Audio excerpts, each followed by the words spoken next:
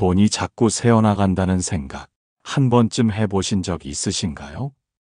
열심히 사는데 왜 삶은 늘 부족하고 허기질까요? 혹시 지금 당신 삶을 이끄는 건 복이 아닌 업은 아닐까요? 복을 가로막는 업의 흐름을 아시나요? 우리는 종종 말합니다. 돈이 손에 잡히면 왜 이렇게 금방 나갈까? 들어온 만큼, 아니, 그 이상으로 나가는 것 같아. 그런데 가만히 들여다보면 돈의 흐름보다 먼저 마음의 흐름이 막혀 있던 건 아닐까요? 욕심이 마음을 조이고 두려움이 쓰임을 불안하게 만들고 비교와 자책이 삶을 움츠리게 할 때 우리는 알게 모르게 복의 흐름이 아니라 업의 흔적 속에서 길을 찾고 있었는지도 모릅니다. 부처님께서는 말씀하셨습니다. 복은 마음과 업이 불러들이는 인연이다. 복은 단지 좋은 일이 생기는 행운이 아니라 그 사람의 마음과 살아온 길에서 자연스레 피어나는 인연입니다. 그런데 그 마음 안에 탐욕과 집착, 비난과 원망, 후회와 미련이 남아있다면 그 인연은 복이 아닌 업으로 이어지게 됩니다. 돈이 막힌다는 건 그저 돈의 문제가 아닐지도 모릅니다. 가난의 기억이 깊게 자리 잡아 풍요로움조차 불안하게 느껴지거나 타인의 시선을 따라가느라 스스로를 잃고 무리한 소비로 마음을 달래기도 합니다. 그리고 어느 날 문득 깨닫습니다. 나는 왜 이렇게 허전하지? 이럴 때 그 빈자리를 채우려 애쓰기보다는 그 허전함의 뿌리를 바라보는 것이 더 큰 전환이 될 수 있습니다. 복은 다가오는 것이 아니라 드러나는 것입니다. 마음이 정화되면 복은 이미 그 안에 있었음을 알게 됩니다. 그럼에도 불구하고 우리는 자꾸 더 벌려 하고 더 가지려 하고 더 쌓으려 애씁니다. 그러나 업의 힘은 욕망의 방향으로 흐르지 않습니다. 욕심을 따라 흐르는 이는 마침내 고통에 다다를 것이다. 이 말은 무언가를 향해 뛰고 있을 때 과연 그 끝에 복이 있는지를 돌아보라는 뜻이기도 합니다. 복을 다시 흐르게 하려면 먼저 업의 흐름을 멈춰야 합니다. 그 시작은 아주 작습니다. 불안할 때 지갑을 닫는 것, 허전할 때 지출 대신 호흡을 돌아보는 것, 남과 비교하고 싶을 때 그 마음을 먼저 안아주는 것, 이처럼 마음의 쓰임을 바로잡는 순간 복은 조용히 그러나 분명하게 돌아옵니다. 자신을 이긴 자가 가장 큰 부자다. 돈의 흐름은 결국 마음의 그림자입니다. 그림자가 짙을수록 복은 멀어지고 업은 더 선명해집니다. 그러니 오늘 그 마음의 그림자부터 가만히 들여다보는 건 어떨까요? 그 안에 얽힌 과거의 업, 놓지 못한 감정, 그리고 스스로에게 주지 못한 온기가 보일지도 모릅니다. 복은 어디서 오는 것이 아니라 이미 우리 안에 깃들어 있습니다. 그 복을 흐르게 하려면 먼저 내 마음을 고요히 비추는 것, 그게 바로 복의 시작입니다. 돈이 새는 사람들의 마음 습관, 복을 가로막는 무의식의 덫이 있습니다. 돈은 늘 곁에 있는 듯 하다가도 어느 순간 손가락 사이로 스르르 빠져나갑니다. 들어오는 족족 지출로 이어지고 버는 만큼 부족하고 늘 무언가에 쫓기는 기분이 듭니다. 그럴 때 우리는 생각하죠. 더 많이 벌어야겠다. 어디서 돈이 새는 걸까? 하지만 진짜 새고 있는 건 돈이 아니라 마음일지도 모릅니다. 마음에는 습관이 있습니다. 그리고 그 습관은 돈의 흐름에도 고스란히 반영됩니다. 예를 들어 허전할 때마다 무언가를 사는 사람, 불안할 때 카드를 꺼내는 사람, 인정받고 싶어서 큰 소비를 감행하는 사람, 이들은 공통적으로 돈을 마음의 대체물로 사용합니다. 하지만 마음을 돈으로 채우려는 순간부터 복은 서서히 우리 삶에서 멀어지기 시작합니다. 마음이 정하지 않으면 물질은 아무리 많아도 채워지지 않는다. 마음이 흔들리는 곳에 돈을 쏟아부어도 그 흔들림은 멈추지 않습니다. 오히려 더 깊어지고 더 불안해지고 더 무기력해지곤 하죠. 결국 돈이 새는 사람이란 곧 마음이 흘러넘치는 사람이 아닐까요? 흘러넘친다는 말은 단순히 많다는 뜻이 아니라 제자리를 잃었다는 뜻이기도 합니다. 복은 마음이 제자리를 찾을 때 조용히 그 곁에 머물게 됩니다. 그러니 오늘 이런 질문을 스스로에게 던져보세요. 나는 지금 무엇을 채우기 위해 쓰고 있는가? 이 소비는 진짜 필요한가 아니면 감정을 달래기 위한 것인가? 그리고 한 걸음 더 나아가 이 마음의 습관은 어디서부터 시작되었는가? 를 바라보는 것입니다. 마음의 습관은 대개 아주 오래된 기억에서 비롯됩니다. 가난했던 유년 시절, 비교당했던 경험, 칭찬을 받기 위해 애쓰던 마음, 이러한 기억들이 지금의 소비 습관을 만들고 돈의 흐름을 왜곡시킵니다. 우리는 돈을 쓰는 것이 아니라 그때의 감정을 다시 살아내는 것입니다. 그리고 그 감정이 업이 되어 현재의 삶을 이끕니다. 그렇다면 그 업에서 벗어나려면 어떻게 해야 할까요? 지금 이 순간의 마음이 다음 생을 이끈다.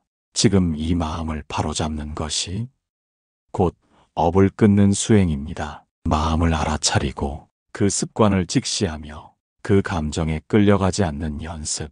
이것이 바로 복을 다시 흐르게 하는 첫걸음입니다. 돈이 새는 것이 두려울수록 소비는 점점 더 감정적이 됩니다. 하지만 반대로 마음을 바라볼 수 있는 여유가 생기면 우리는 지출이 아닌 선택을 하게 됩니다. 선택이란 무언가를 덜어내는 것이기도 하고 나를 존중하는 행위이기도 합니다. 그때부터 복은 천천히 삶의 길목마다 피어나기 시작합니다. 복은 돈에서 시작되지 않습니다. 복은 마음에서 시작되어 마침내 돈의 흐름까지 바꿔놓습니다. 그러니 오늘은 돈이 아니라 마음을 돌아보는 하루가 되었으면 합니다. 복은 언제나 그 마음에서 자랍니다. 복이 들어오지 않는 사람, 업이 강한 사람에게 나타나는 징조가 있습니다. 복이 오지 않는다는 느낌, 괜히 나만 계속 고생하는 것 같고 하는 일마다 어딘가 어긋나는 것 같은 하루하루. 왜 그런 사람은 유난히 많을까요? 왜 어떤 사람은 쉽게 흐름을 타고 어떤 사람은 늘 그 자리에서 맴도는 걸까요? 혹시 당신은 지금도 마음속으로 이런 생각을 하고 있진 않나요? 나는 왜 이럴까? 왜 나만 자꾸 이렇게 되는 걸까? 그 물음의 끝엔 어쩌면 보이지 않는 업의 흔적이 깊게 남아 있을지 모릅니다. 업은 그림자처럼 따르며 누구도 그로부터 벗어날 수 없다. 그 말처럼 업은 우리 마음속 깊은 곳에서 조용히 작용합니다. 그리고 때로는 징조라는 형태로 삶의 바깥의 모습을 드러냅니다. 그 징조는 늘 가까운 곳에 있습니다. 예를 들면 무언가를 시작하려 하면 꼭 방해가 생기고 좋은 기회가 생겨도 이상하게 엇나가고 마음을 굳혀도 곧 흔들리는 패턴이 반복될 때, 그럴 때 우리는 외부 탓을 하기 쉽지만 사실은 그 안에 풀리지 않은 업의 매듭이 있는 것입니다. 업이 강한 사람에게서 자주 나타나는 징조. 그 첫 번째는 반복되는 실패입니다. 같은 실수, 같은 인간관계, 같은 감정의 소용돌이를 계속해서 반복하고 있다면 그건 지금 당신의 삶을 끌고 가는 것이 과거의 기억과 감정이라는 뜻입니다. 두 번째는 이상한 타이밍입니다. 어떻게 해도 딱 한 발 늦고 딱 한 발 빠르며 모든 타이밍이 어긋날 때가 있습니다. 그건 단순한 운의 문제가 아닙니다. 마음의 흐름이 어긋나 있기에 삶의 흐름 또한 그에 따라 흔들리는 것입니다. 세 번째는 감정의 반복입니다. 늘 허전하고 늘 죄책감이 있고 늘 혼자 남겨지는 느낌이 든다면 그 감정은 결코 우연이 아닙니다. 그건 오랜 시간 쌓인 업의 감정이 당신을 계속 끌어당기고 있는 것입니다. 지은 대로 받는다. 그러나 자각한 자는 그 길에서 벗어난다. 이 말은 업은 피할 수 없지만 알아차림으로 끊을 수 있다는 자비로운 선언입니다. 그러니 복이 오지 않고 삶이 어긋나는 것 같은 지금 우리가 할 일은 단 하나입니다. 나의 반복을 알아차리는 것. 왜 나는 또 이 상황에 있는가? 왜 이 감정은 익숙한가? 왜 이 생각은 자주 떠오르는가? 그렇게 마음의 흔적을 따라가 보면 그 끝에서 언제나 업이라는 매듭과 마주하게 됩니다. 업을 끊는다는 것은 그 매듭을 억지로 끊는 것이 아니라 그 매듭을 따뜻하게 바라보는 것입니다. 그리고 스스로에게 말해주는 것이죠. 그만 괜찮아져도 돼. 이제는 새로운 방향으로 가도 돼. 그럴 때 업은 더 이상 당신의 삶을 이끄는 힘이 되지 못합니다. 복이 들어오지 않는 사람이란 결국 마음을 꽉 움켜쥐고 있는 사람일지도 모릅니다. 그 손을 살며시 펴는 순간 복은 마치 기다렸다는 듯 그 손 안으로 들어오기 시작합니다. 오늘은 그저 내 안의 반복을 조용히 바라보는 하루가 되었으면 좋겠습니다. 그리고 그 바라봄이 곧 업을 녹이는 자비가 되기를 바랍니다. 복의 흐름을 되찾는 법. 마음의 첫걸음은 어디서 시작될까요? 복이 흐르지 않는다는 느낌, 무언가 막혀 있는 듯한 현실, 그리고 자꾸만 반복되는 부족함 속에서 사람들은 묻습니다. 어떻게 하면 복이 다시 내 삶에 들어올 수 있을까요? 그 질문 앞에서 우리는 종종 외부의 방법을 찾습니다. 좋은 방향, 운이 트이는 법, 어디에 가서 기도를 드려야 하는지까지. 하지만 복은 어디서 오는 것이 아닙니다. 복은 마음에서 피어나는 인연입니다. 그래서 복을 되찾는 첫걸음은 바로 마음에서 시작해야 합니다. 마음이 맑으면 복은 스스로 흐른다. 이 짧은 가르침은 복의 본질을 담고 있습니다. 복은 행운이 아니라 마음의 상태가 만들어내는 자연스러운 결과입니다. 그러니 복을 얻기 위해 애쓰기보다 먼저 마음을 맑히는 것, 그것이 진정한 첫걸음입니다. 그럼 어떻게 해야 마음이 맑아질까요? 그 시작은 멈춤입니다. 삶이 복잡하게 얽힐수록 우리는 더 많은 걸 하려 하고 더 빨리 움직이려 하지만 그럴수록 복은 점점 더 멀어집니다. 왜냐하면 복은 조용한 마음에 깃들기 때문입니다. 멈춤은 단순한 쉼이 아닙니다.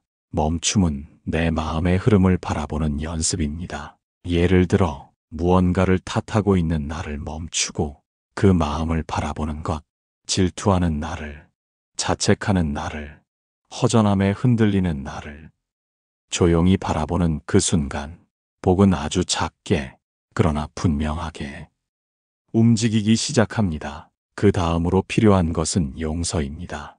마음을 막는 가장 강력한 업은 타인을 향한 미움보다 자기 자신을 향한 미움입니다. 우리는 때때로 스스로에게 너무 가혹합니다. 내가 바보였지.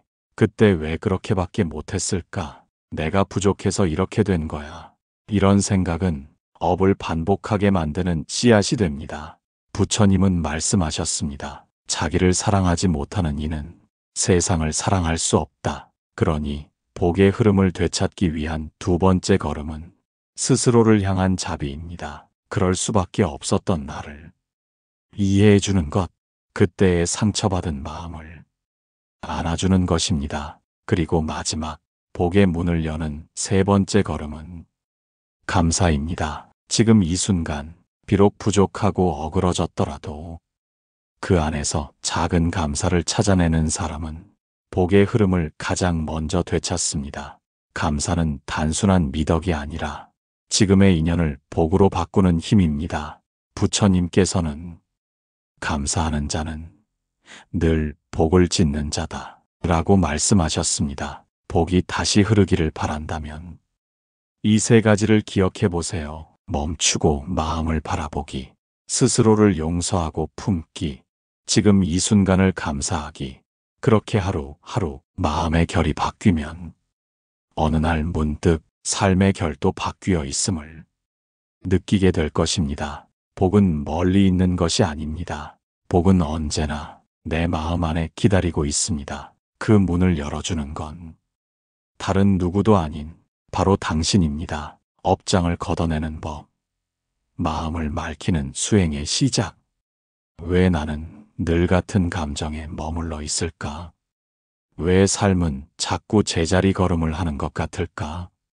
이런 질문을 마음속으로 되뇌다 보면 우리는 결국 업장이라는 벽과 마주하게 됩니다. 업장은 단순한 죄가 아닙니다. 업장은 과거의 감정, 행동, 생각들이 마음속에 남아 현재의 삶에 영향을 주는 기억의 흔적입니다. 그리고 그 업장이 짙어질수록 복의 흐름은 느려지고 삶은 점점 더 무거워집니다. 과거를 붙잡으면 현재를 놓치고 현재를 놓치면 미래를 어둡게 한다.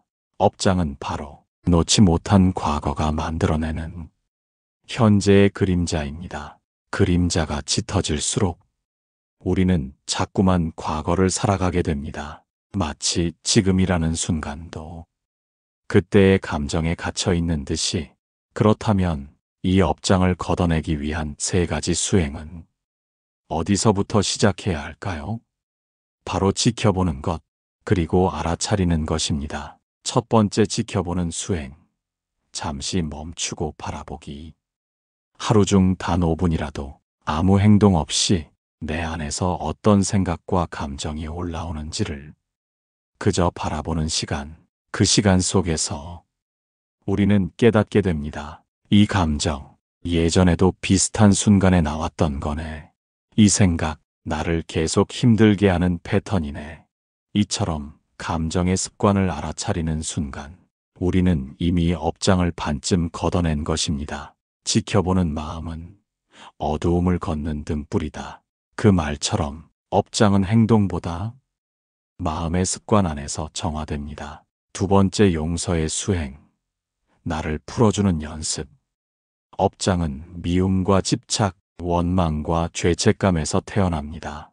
그 감정들을 가슴에 껴안고 있는 한 복은 들어올 자리가 없습니다. 그러니 업장을 걷어내는 두 번째 수행은 용서입니다. 그때 그렇게밖에 할 수 없었던 나, 그 말밖에 못했던 그 사람, 그 기억을 떠올리되 판단하지 않고 바라보는 것. 그리고 속으로 이렇게 말해보세요. 그래도 괜찮아. 이젠 놓아줄게. 그 말 한마디가 마음속 단단히 굳어있던 업장의 매듭을 조용히 풀어냅니다. 세 번째, 마음 나누기. 선한 행위로 업을 녹이기. 마지막 수행은 나누는 마음을 실천하는 것입니다. 작은 배려, 한마디 따뜻한 말, 누군가를 돕는 작은 행동은 모두 업을 녹이는 복의 씨앗이 됩니다. 부처님께서는 말씀하셨습니다. 선을 쌓는 이는 어둠 속에서도 길을 본다. 행동은 가장 확실한 업장 해소의 길입니다. 생각만으로 바뀌지 않던 마음도 작은 선행 앞에서는 부드럽게 풀리곤 합니다. 복은 업장이 거칠 때 자연스레 흘러들어옵니다. 그 흐름을 맞이하려면 마음이 먼저 고요해져야 합니다. 그리고 그 고요함은 나를 지켜보는 연습 속에서 자라납니다. 지금 당장 완벽할 필요는 없습니다. 단 한 번이라도 그 감정을 바라보고 그 기억을 놓아주고 그 마음을 나누는 것, 그것으로도 복의 문은 조금씩 열리기 시작합니다. 복을 부르는 말, 업을 짓는 말, 말 습관이 삶을 바꿉니다. 말은 마음의 소리입니다. 마음 속에 있는 것이 입술을 타고 나올 뿐인데도 그 말 한마디가 사람을 살리기도 하고 사람을 다치게 하기도 합니다. 그리고 그 말 한마디가 곧 복이 되기도 하고 업이 되기도 합니다. 말은 향기와 같아서 그 사람이 떠난 뒤에도 머문다. 말이 남긴 자취는 시간이 지나도 사라지지 않습니다. 그 말은 곧 업이 되어 우리의 삶에 다시 돌아옵니다. 우리는 때때로 무심코 말합니다. 난 왜 이 모양일까? 어차피 안 될 거야. 나는 운이 없는 사람이야. 이런 말들은 마치 장난처럼 들릴 수 있지만 사실은 자신에게 업을 짓는 말입니다. 말은 파동입니다. 그 파동이 반복되면 마음의 구조가 바뀌고 그 마음은 삶의 방향을 바꿉니다. 그렇다면 복을 부르는 말은 어떤 말일까요? 마음을 따뜻하게 품는 말. 괜찮아. 그럴 수도 있지. 천천히 해도 돼. 이런 말은 지금 이 순간 나의 상처를 감싸줍니다. 스스로를 자비롭게 대하는 말은 업장을 녹이고 복의 문을 열어줍니다. 입에서 나온 말은 마음의 씨앗이 되어 그 사람의 삶을 이끈다. 좋은 말을 자주 하면 좋은 마음이 자라고 그 마음은 좋은 인연을 부릅니다. 남을 살리는 말. 고마워요. 수고했어요. 당신 덕분에 힘이 나요. 이런 말은 듣는 사람의 마음을 열게 하고 그 따뜻함은 반드시 돌아옵니다. 그것이 곧 복의 인연입니다. 말로 짓는 복은 물질보다 깊고 더 오래 남습니다. 한마디의 말이 100개의 공양보다 귀하다. 마음에서 우러난 말 한마디가 그 사람의 업을 바꾸고 내 삶의 흐름도 바꾸는 복의 씨앗이 됩니다. 감사를 담는 말. 오늘도 무사히 지나가서 감사합니다. 작은 것에도 감사할 수 있어서 다행이에요. 이런 말은 내 안에 있는 복을 깨우는 말입니다. 복은 지금도 이미 내 안에 있음을 잊지 않게 해주는 말이죠. 감사를 자주 말하는 사람에게는 복이 끊이지 않습니다. 왜냐하면 감사는 복을 지키는 말이기 때문입니다. 하지만 반대로 업을 짓는 말들도 있습니다. 첫 번째 원망의 말. 왜 나만 이래? 두 번째 비교의 말. 쟤는 잘 나가는데. 세 번째 저주의 말. 망했으면 좋겠다. 이런 말들은 그 순간에는 감정을 풀어주는 것처럼 보여도 그 파동이 내 삶을 깎아내립니다. 부처님은 말씀하셨습니다. 남을 저주하는 말은 자신의 마음을 상하게 한다. 결국 가장 크게 상처받는 건 그 말을 내뱉은 나입니다. 오늘부터 말을 바꿔보세요. 억지로 좋은 말을 하려 하지 말고 그 말이 진심에서 나올 수 있도록 마음을 먼저 어루만져 주세요. 그리고 작은 말이라도 조심스럽게 따뜻하게 하루에 한마디만 바꿔보는 겁니다. 안 돼 대신. 아직이야 모르겠어 대신. 천천히 배워갈게. 그렇게 한마디씩 바뀔 때 삶도 한 걸음씩 복의 방향으로 움직입니다. 복은 말 안에 숨어 있습니다. 내가 스스로에게 세상에게 어떤 말을 하고 있는가에 따라 그 복은 다르게 피어납니다. 오늘도 말 한마디가 당신의 내일을 바꿉니다. 복을 스스로 막는 사람들, 마음의 패턴을 바꾸지 않으면 안 됩니다. 우리는 모두 복을 원합니다. 좋은 인연, 편안한 삶, 넉넉한 하루. 그런데 가만히 들여다보면 복이 오기 전에 스스로 그 복을 막고 있는 사람도 많습니다. 나는 안 될 거야. 지금 이 행복 오래 못 갈 거야. 이런 건 나랑 상관없어. 이런 마음의 말들 한 번쯤 떠올려 본 적 있으시죠? 복을 바라는 마음보다 그 복을 거부하는 무의식이 더 클 때 삶은 조금도 움직이지 않습니다. 사람은 스스로를 속이면서 고통을 부른다. 복을 거부하는 마음의 뿌리는 대개 오래된 자기 인식에 있습니다. 어릴 적 들었던 말, 자주 비교당했던 기억, 사랑받지 못했다고 느꼈던 상처, 그런 것들이 모여 어느 순간부터 복을 받아들이는 능력을 막아버립니다. 복을 스스로 막는 대표적인 마음 패턴 하나씩 들여다보겠습니다. 나는 부족하다는 마음. 이 마음을 가진 사람은 무언가 좋은 일이 생겨도 내가 받을 자격이 있나? 하고 의심합니다. 복이 와도 스스로 밀어냅니다. 기회가 와도 이건 내 것이 아닐 거야 라며 스스로 포기합니다. 그러나 부처님은 말씀하셨습니다. 모든 중생은 복을 누릴 자격이 있다. 복은 선택받은 자만의 것이 아니라 지금 이 순간 마음을 열 준비가 된 모든 이에게 흘러가는 법입니다. 그러니 이 말부터 바꿔보세요. 나는 아직도 부족해 대신 나는 천천히 잘하고 있어라고. 내 행복은 오래가지 않을 거야 하는 불안. 복이 오면 오히려 불안해지는 사람들이 있습니다. 이게 끝나면 다시 나빠지겠지. 이렇게 좋을 리가 없는데 이런 생각은 현재의 복을 누릴 틈도 주지 않고 스스로 문을 닫아버립니다. 복은 누릴 줄 아는 사람 곁에 머뭅니다. 그 복이 떠나는 건 사라진 것이 아니라 마음을 닫았기 때문입니다. 내가 복을 누리면 누군가는 잃게 된다는 죄책감. 이 마음을 가진 이들은 자신의 풍요를 누군가의 결핍으로 연결짓습니다. 그래서 좋은 일이 생겨도 기뻐하지 못하고 괜히 조심하고 스스로를 죄인처럼 느낍니다. 하지만 세상은 제로섬이 아닙니다. 복은 나누는 자에게 더욱 쌓인다. 당신의 복이 누군가를 돕는 손이 된다면 그건 세상을 더 따뜻하게 만드는 가장 아름다운 순환입니다. 복은 받아들이는 연습에서 시작됩니다. 내가 받아도 괜찮아. 이 기쁨을 누려도 돼.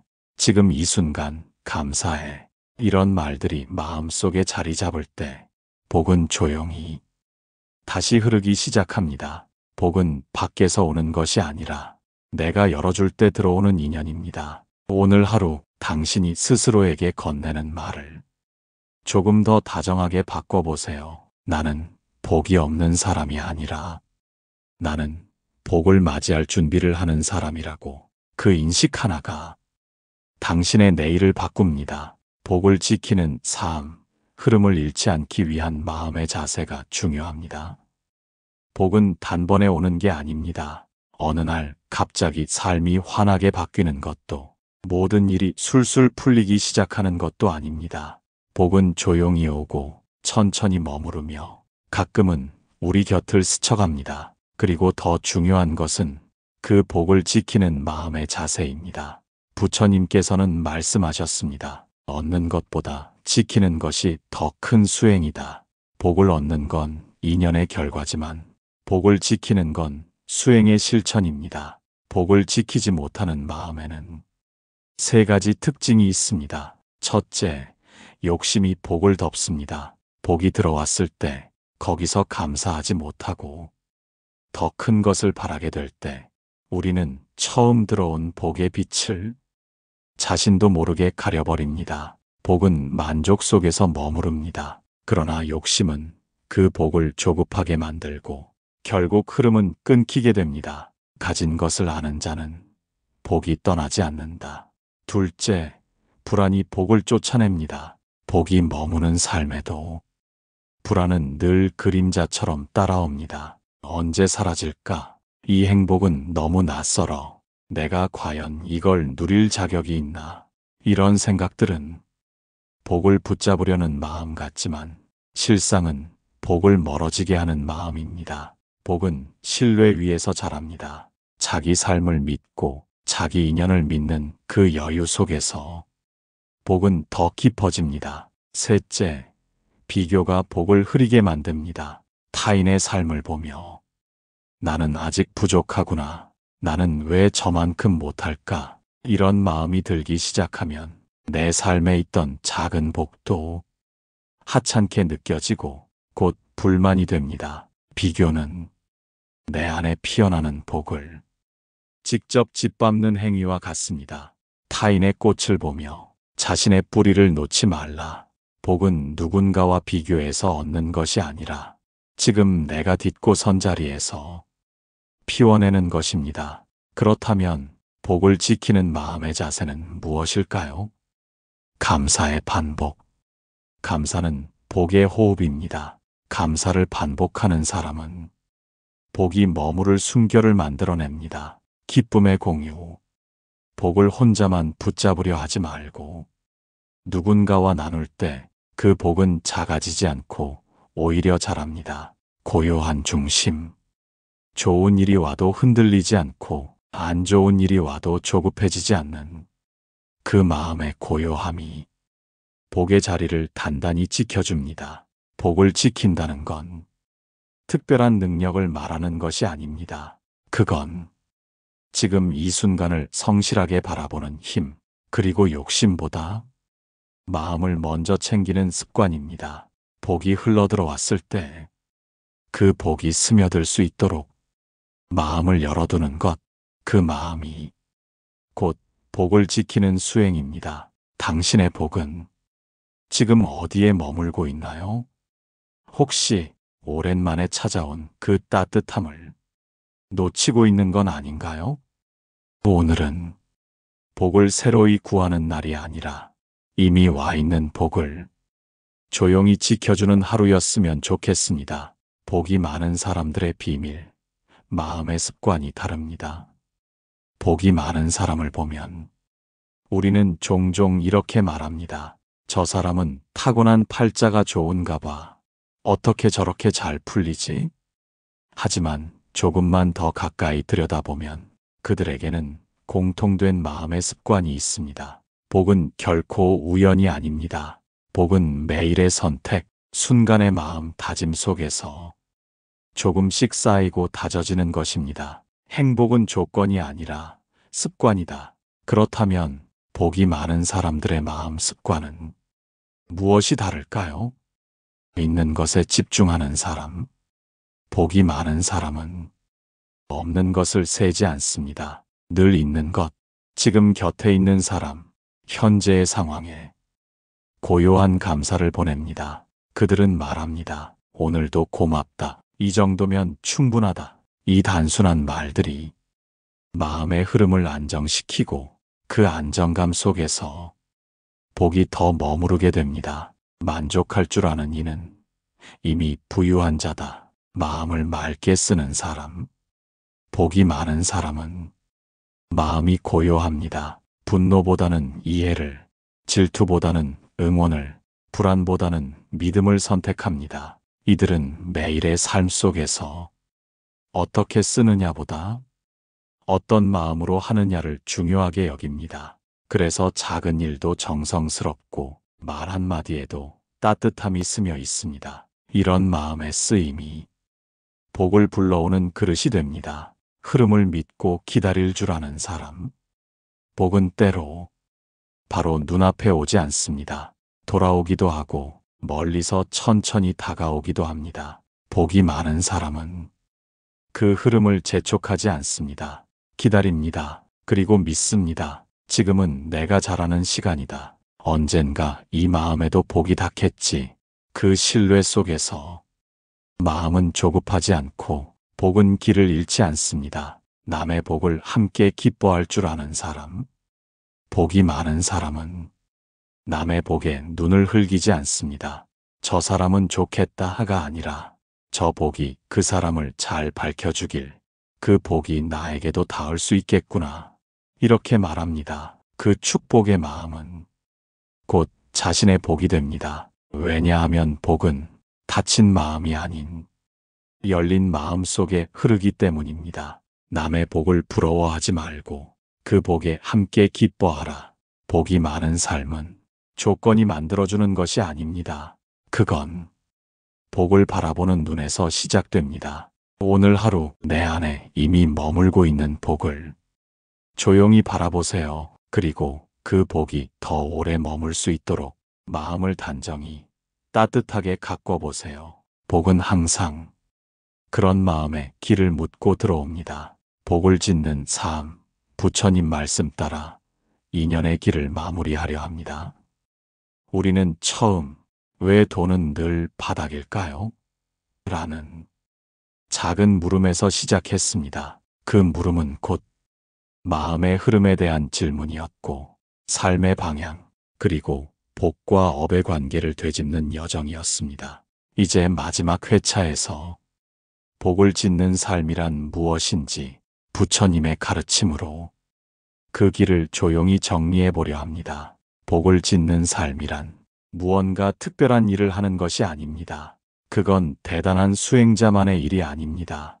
복은 작은 순간에도 피어날 수 있습니다. 내가 누군가의 말을 끝까지 들어주었을 때 내가 무심코 지나치려 했던 작은 도움을 손 내밀었을 때 혹은 나 자신의 아픔을 탓하지 않고 따뜻하게 안아주었을 때 그 순간 복은 피어나고 그 삶은 조용히 맑아집니다. 복은 행위에서 오고 행위는 마음에서 일어난다. 이 말처럼 복은 외부에서 오는 것이 아니라 내 안의 마음에서 비롯됩니다. 따뜻한 눈길, 상처를 품는 침묵, 거친 말 대신 부드러운 한마디. 이 모든 것이 복을 짓는 씨앗입니다. 복을 짓는 삶에는 5가지 마음의 자세가 있습니다. 받은 것을 잊지 않는 마음, 은혜를 기억하고 좋았던 순간을 오래 간직할 줄 아는 사람에게 복은 끊이지 않습니다. 돌아보는 마음, 자신의 말과 행동, 감정의 습관을 돌아보는 이에게 복은 머물 자리를 찾습니다. 조급하지 않은 마음, 복은 급하게 오지 않습니다. 기다림 속에서, 고요함 속에서 천천히 자라납니다. 다른 이의 고통을 헤아리는 마음, 복은 자기만의 것을 넘어 타인의 아픔에 다가갈 수 있는 마음에 더 깊이 머뭅니다. 작은 기쁨을 귀하게 여기는 마음, 이만하면 됐지, 이 하루도 참 고맙다. 이런 말은 복의 뿌리를 단단하게 해줍니다. 복을 짓는다는 건 결국 삶을 더 따뜻하게 바라보는 연습입니다.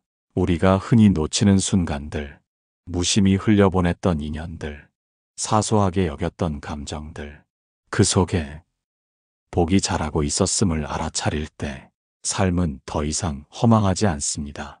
복은 늘 거기에 있었습니다. 다만 우리가 마음의 눈을 감고 있었을 뿐, 이제는 그 눈을 조금씩 다시 뜨는 시간입니다. 부처님은 이렇게 말씀하셨습니다. 복은 기도에만 있지 않다. 복은 자각 속에서 태어난다. 기도도 중요하지만 그보다 더 깊은 건 지금 이 마음을 어떻게 쓰느냐입니다. 10편의 여정을 함께 해주셔서 감사합니다. 이 이야기가 당신 삶의 한 모퉁이에 작은 빛이 되었기를 바랍니다. 그리고 언제 어디서든 그 복이 다시 흐르기를 진심으로 기도드립니다. 당신은 복을 지을 수 있는 사람입니다. 지금 이 마음이 그 시작입니다.